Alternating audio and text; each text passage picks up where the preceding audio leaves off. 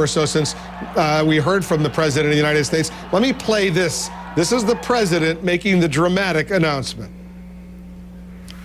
Today, at my direction, the United States launched a targeted operation against that compound in Abbottabad, Pakistan. A small team of Americans carried out the operation with extraordinary courage and capability. No Americans were harmed. They took care to avoid civilian casualties. After a firefight, they killed Osama Bin Laden and took custody of his body. That's the President making the dramatic announcement. Nick Payton-Walsh is our correspondent in Kabul, Afghanistan.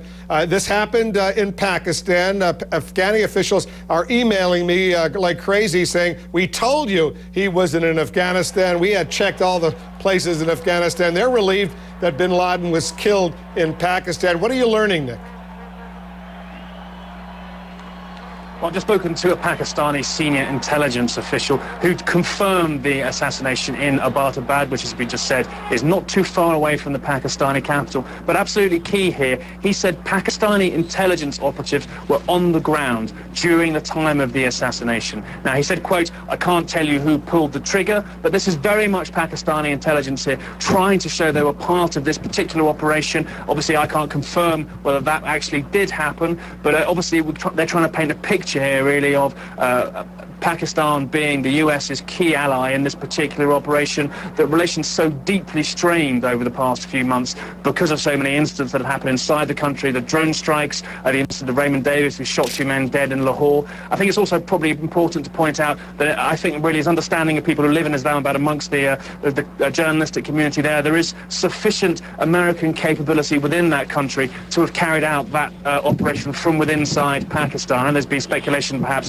a team crossed over the border, but I think it's important to point out that if the Americans had wanted to take that operation on themselves from within inside Pakistan, it was entirely possible. In my opinion, they could have done that. Wolf? On the porch. Yeah, because the assertion had always been that the U.S. was using unmanned Predator drones to go after various targets inside Pakistan. No U.S. ground forces, unlike in Afghanistan, were actually deployed to Pakistan. It's a very sensitive issue for the Pakistanis. They don't want American troops on the ground. But in this particular case, Special Forces units went in there, went to Abbottabad, outside of Islamabad, went to this mansion, found bin Laden, had actionable intelligence, as they say, and they went ahead and they killed the al-Qaeda leader around the world, if you will. A huge development for the U.S.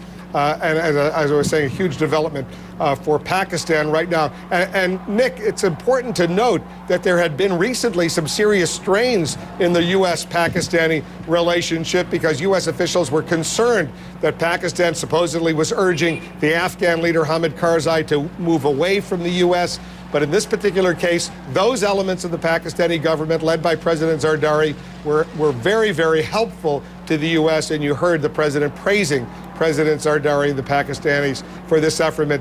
Remember, Nick, over the past several years, the U.S. has provided Pakistan with about $10 billion in various forms of assistance. Nick, stand by. Ed Henry is over at the White House. He's getting more details now on how this unfolded, how the president was informed that bin Laden is dead.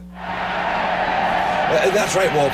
This coming from a senior administration official saying that in recent weeks, the President of the United States has had no less than 5 National Security Council meetings on Osama bin Laden and the intelligence they were getting.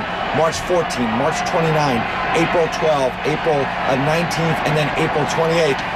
That would have been Thursday. And then the order to move forward was on Friday the 29th. So this information just coming in about how much intelligence was coming in with.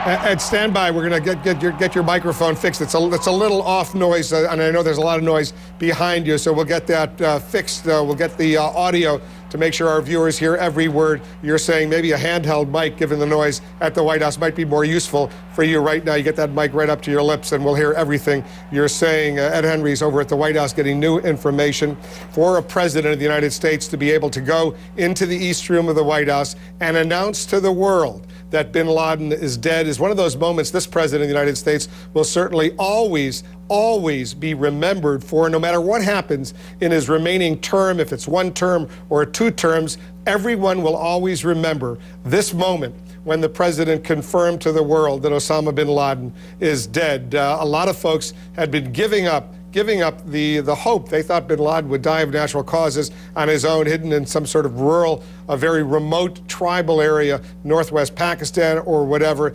Not necessarily the case. Peter Bergen is here. Peter, how significant is it that Pakistan, President Zardari, helped the United States, allowed U.S. ground troops, Special Operations Forces, CIA operatives, whoever they were, whether they were Navy SEALs, whether they were Green Beret, whoever they were, to go in there, take weapons, and kill them? Well, for a start, almost certainly Delta Force and Navy SEALs, not Green Berets. The elite of the elite in terms of black ops that the U.S. military black operations, we should would say. do, and maybe some CIA paramilitaries as well. Highly significant that Pakistan allowed this to happen on their territory, so near their own capital. It says a lot about, we've been talking a lot about how bad the relationship's been in the past several months. I think this shows that underneath this, there is actually a pretty firm relationship. How significant is this for Al-Qaeda? I mean, I think this is huge. Wolf, if von Stauffenberg had managed to kill Hitler on July 20th, 1944, World War II would have ended much more earlier than it did. Killing bin Laden is the end of the war on terror. We can just sort of announce that right now. Without him, Al-Qaeda, there's no one who can replace him in Al-Qaeda. When you join Al-Qaeda, you don't join Al-Qaeda, you pledge a personal oath of allegiance. So Anwar el-Awlaki, the leader of Al-Qaeda in the Arabian Peninsula and Yemen, he's small potatoes. He's a dwarf. He doesn't have he's not involved in jihad. He hasn't, bin Laden was somebody who fought the Soviets back in the 1980s himself. Al-Awlaki is just a propagandist. He's not somebody, he's a dangerous man, I don't want to, but he's not a major hero to the global jihadi movement who has fought against the Soviet Union and the United States now for 2.5 decades. Ed Henry, let's go back to Ed. Ed, go ahead, tell our viewers, if they may have missed what you were saying before, tell our viewers what you're learning. Well, Wolf, I think the audio was on the crowd. Let me tell you exactly what's going on. Senior U.S. officials now telling us that in recent weeks, President Obama has had 5 basically secret National Security Council meetings behind the scenes, very quiet, to get more intelligence on Osama bin Laden. March 14th, March 29th, April 12th, April 19th, April 28th. That would have been last Thursday. And then on Friday morning, as the world was watching the royal wedding in the United Kingdom, the president gave the order to move forward and try and kill bin Laden. That was successful, as the president told the nation and the world today in a firefight outside Islamabad, Pakistan.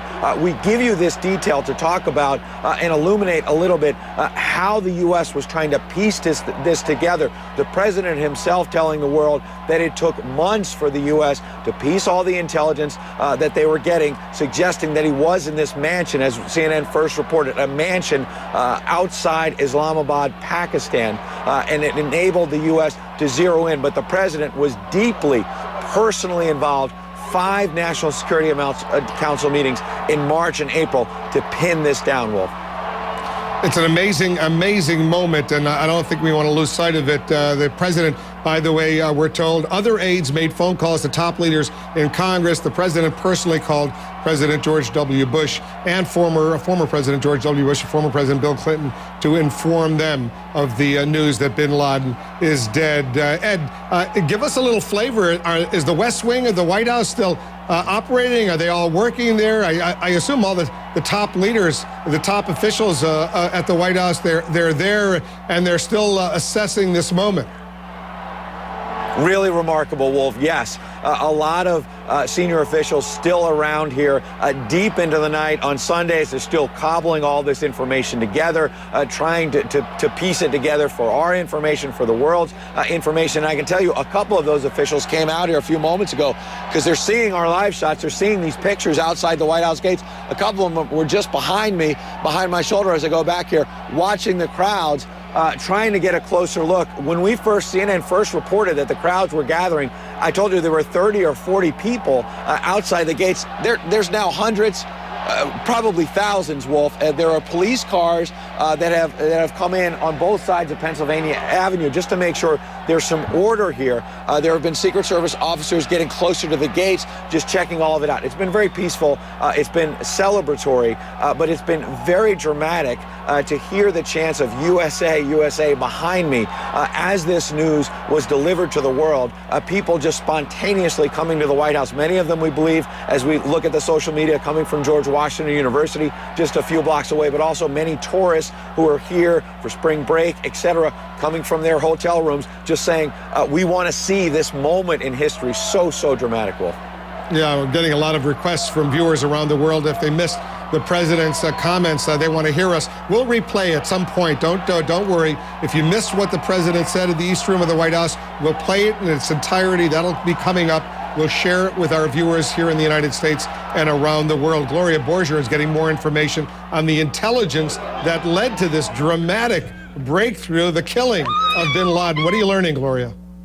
Well, Wolf, you know, administration officials, as Ed was saying, are starting to brief reporters on this. This compound in Abbottabad was apparently built in 2005. The physical security of it was extraordinary. It has